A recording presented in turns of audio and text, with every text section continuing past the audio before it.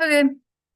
Hello, my name is Isabella O'Brien, and this is a presentation about my family, kind of the dynamics of our multicultural family. This is kind of from chapter 3 about like intermarriage and all that stuff. So yeah, my family's history. This is a slide about my family's history. And so when I was a kid, I grew up in a split household between my dad and my mom. However, for the sake of this project, I will be focusing mostly on my development in life in correlation with my dad's side. So my dad, John, and my stepmom, Carla, were married all the way back in 2012. I was around 8 years old when this happened, so I do kind of remember everything. And I will say that it was a very significant life change to face when I was that young, however, but it was a very positive change, I think. Because of this, we were able to move out of my dad's apartment in Chicago into our own house in Wheaton, Illinois. And I will recall that meeting my stepmom for the first time was a very nice experience. I remember specifically that she was like really, really smart when I first met her. Like she was talking, like teaching me a lot of stuff about her job and everything. Even though I was 8, like I still could understand what she was saying. It was kind of funny. And she was born in Panama, and she kind of moved to Chicago to help pursue her law degree in immigration law. And her goal is to kind of help people like herself who wanted to pursue an education in America. So after they got married, very soon after, they had my first brother, Johnny, who's this one right here, and my brother, Alex, who is actually very similar to me in personality. We have a lot of the same personality traits. Like he's a lot younger than me, but we kind of have some like things that we're both into growing up and all that stuff. So it's kind of funny. I really like seeing that. So, race and ethnicity. This is about our race and ethnicity and how me and my brothers are kind of related. So, one question I got a lot growing up, even from members of my own family, is why me and my brothers look so different from each other, and because we don't have the same skin color, hair color, eye color, or anything like that. So this is mostly because we are half siblings, meaning that I share a dad with them, but not my stepmom. I'm also a lot older than both of my brothers. I'm 9 years older than Johnny, and I'm 11 years older than Alex, the younger one. And another thing that gets brought up a lot is our cultural differences. So even though both of my half brothers have a very strong connection with their Panamanian heritage, it doesn't change the fact that they were both born in America, and my dad is American. So ethnicity and race are different concepts entirely, and one is kind of based on like physical similarities, that type of thing. And the other one is based on kind of like social and cultural characteristics. So me and my brothers share a lot of the same experiences growing up in the American school system and such. So we say like also we like share a lot of the same music taste. So just because we don't look the same doesn't mean that, we don't have the same experience or any of that type of stuff. The same types of families. Like we have different types of families. I have a more American family. They kind of have their Panamanian family on the mom's side, but we still have a lot of things that are the same. So, a race is a group of people believed to share common descent based on perceived innate physical similarities.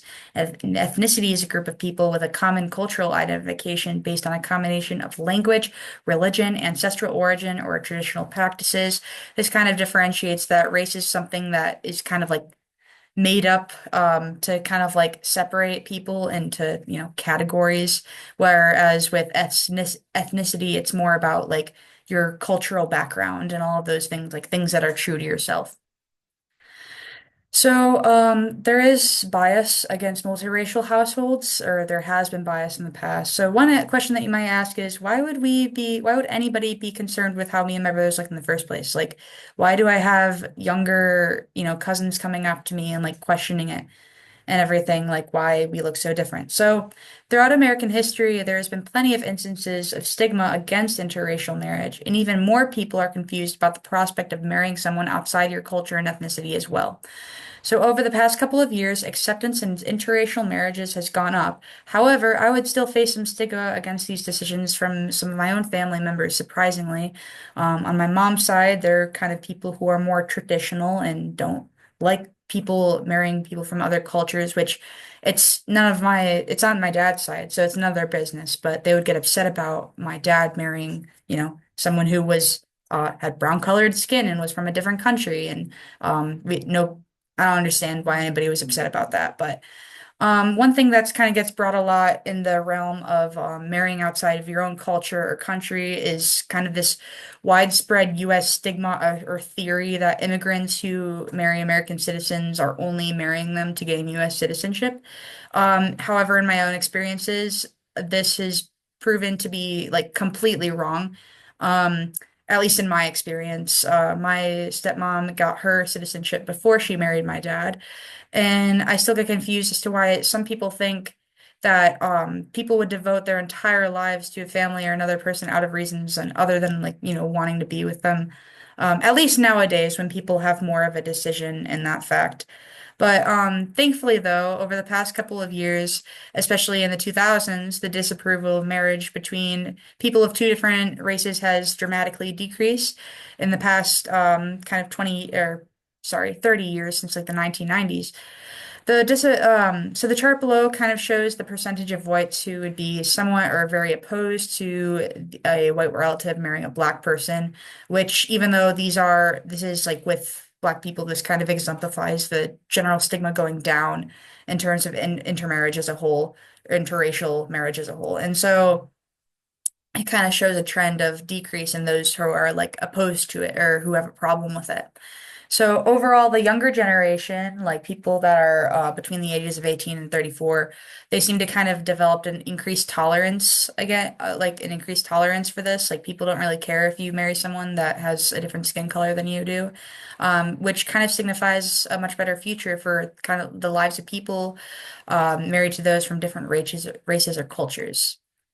So, one thing that I experienced growing up with my brothers was a language difference in our household. So, another aspect of our family that gets brought up a lot is our cultural differences. Both of my brothers grew up learning Spanish, English at the same time, but more prevalently later on, they were learning English. But when they were growing up, it was mostly strictly Spanish.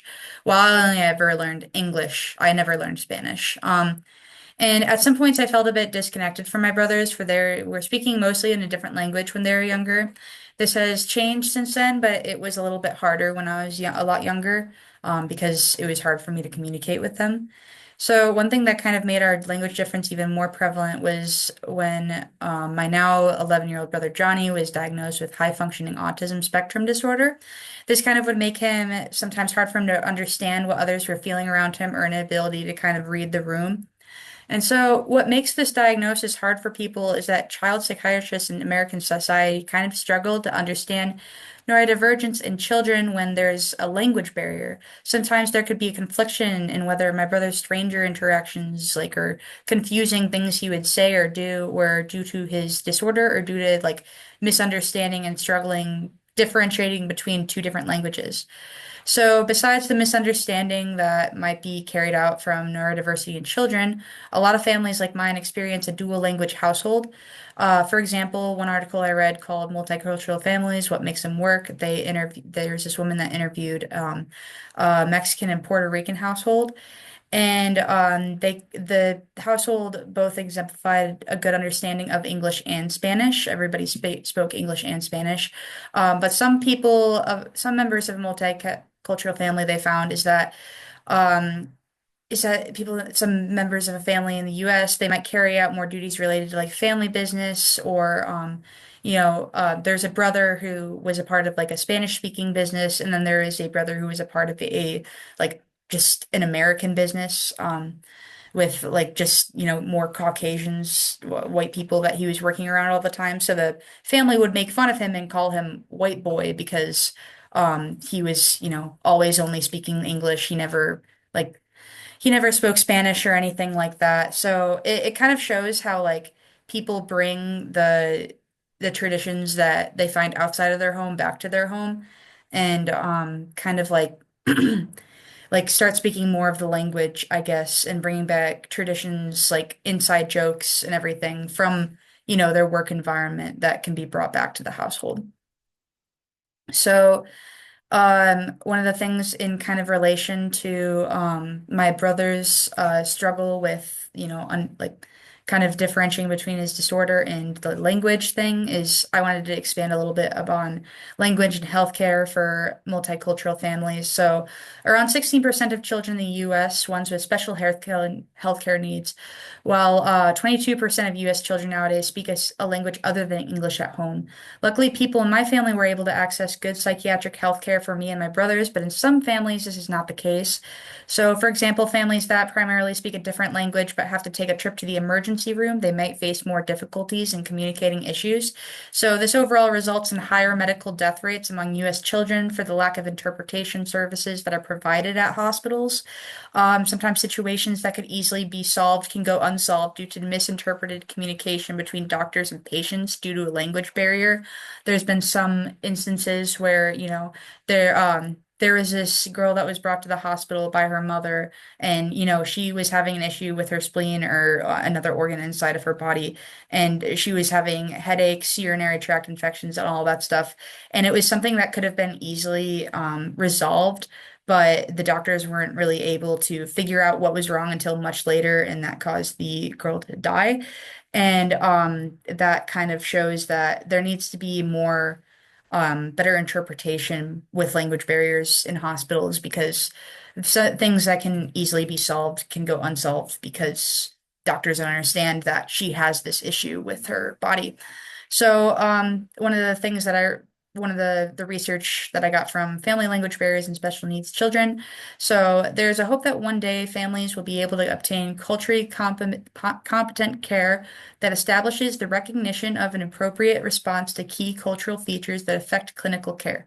So the research shows that this is associated with better medication adherence and overall higher care quality in patients from different origins. So culturally competent care, meaning more understanding of like different cultures adherence, like if they aren't allowed to take a type of medication or something due to their religion or something like that, it would kind of like the understanding of what is going on in different cultures would help doctors to understand what they can and they can't do with the patient. So, how I regard my family, I choose to see my family as kind of my legal and my personal family. There's these two definitions. The personal family is defined as people we simply feel related to and expect to define us as members of their family as well, kind of like by choice.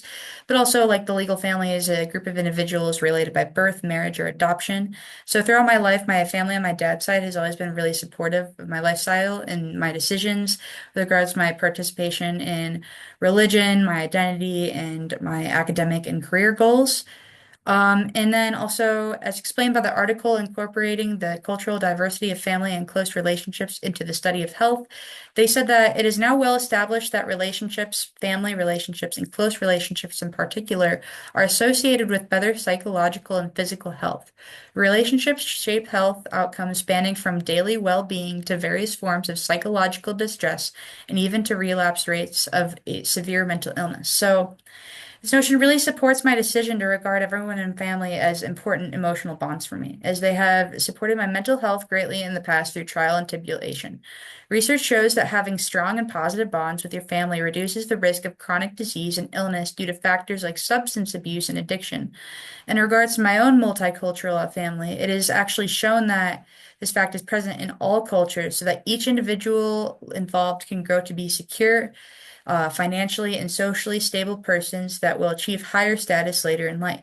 So I hope that a bright future is attainable for me and my brothers going forward as we were able to have good supportive connection growing up. So I guess this is kind of just about like how if you have a better relationship with your family, you're less likely to fall into bad habits, and that kind of leads to your personal health just overall being better.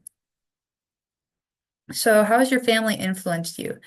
So my question for the audience, I presented this to two of my friends and then my dad as well over FaceTime. My friends in real life and my dad over FaceTime, but my dad had a lot of pretty interesting questions about kind of like how I see my brothers and everything, or he was just very, happy with it. But My question for the audience would be is how has your family influenced you throughout your life? Do you feel like your connections with others have landed you in a better place overall? So that kind of references to the last slide talking about health. So if you aren't living in a multicultural family with different backgrounds, what are some ways that your own family has diverged in your personal cultures? So going back to the example with the Mexican and Puerto Rican families, how has your line of work or education changed your interactions with your family members back at home? Even if it's not like a different language, has there been slang or like inside jokes that your family just doesn't really understand? Which I know that I sure have, like just jokes with my friends and everything. I would come home and like use different like slang that people in my generation use and nobody understands what I'm talking about. Um, and so it's shown that people aren't simply clones of their parents, but do inherit some personality traits from them. In regards to that, what cultural traditions from your home now would you plan to introduce to your children in the future if you choose to have them? So, kind of like going back on like multicultural thing, there's a lot of different traditions that different cultures carry out. And I would just like to see over time how those traditions change in my family specifically. So when my brothers have kids, are they going to be celebrating, more Spanish Panamanian holidays, or will they put more of an influence on like American holidays? So yeah, that's kind of what I found interesting. And these are my works cited, and that's about it. Thank you very much.